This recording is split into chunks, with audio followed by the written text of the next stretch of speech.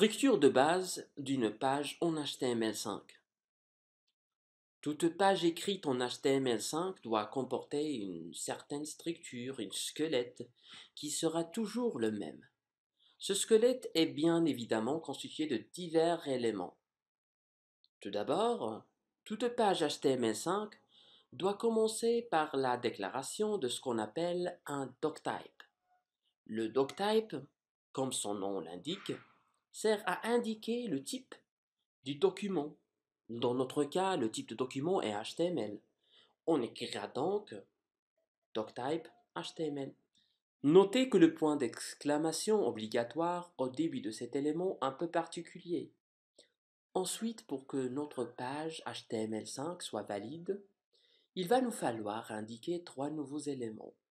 HTML, head en tête, et body, corps de page. L'élément HTML va contenir toute la page.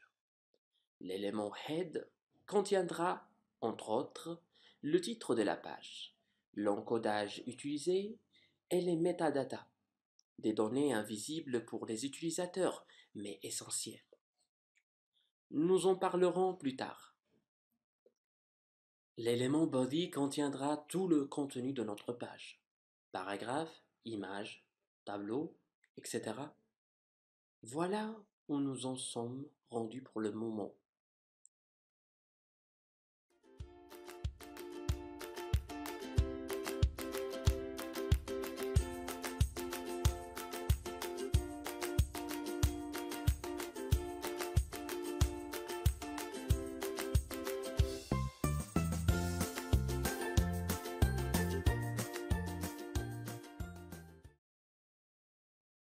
Mais ce n'est pas fini. Pour que la page soit valide, l'élément head doit lui-même contenir un élément title, qui correspond au titre de la page, et le meta-charset, qui prendra comme valeur le type encodage choisi. Pour les langues latines, nous choisirons généralement la valeur UTF-8. Voici à quoi vous devriez arriver en pratique.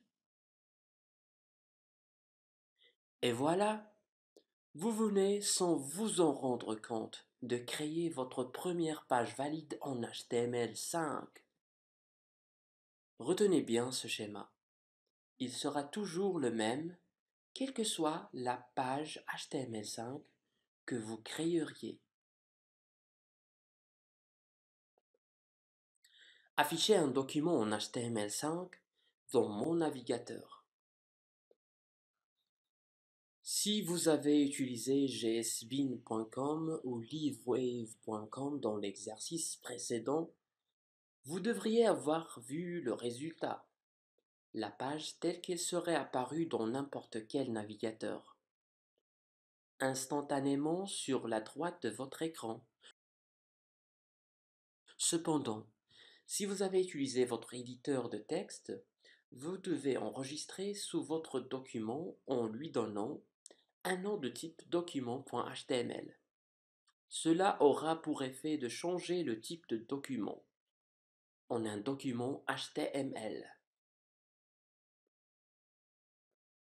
Ensuite, pour visualiser votre fichier dans un navigateur, double-cliquez dessus, tout simplement, afin que la page s'ouvre dans votre navigateur par défaut. Simple, non? Allez-y, essayez.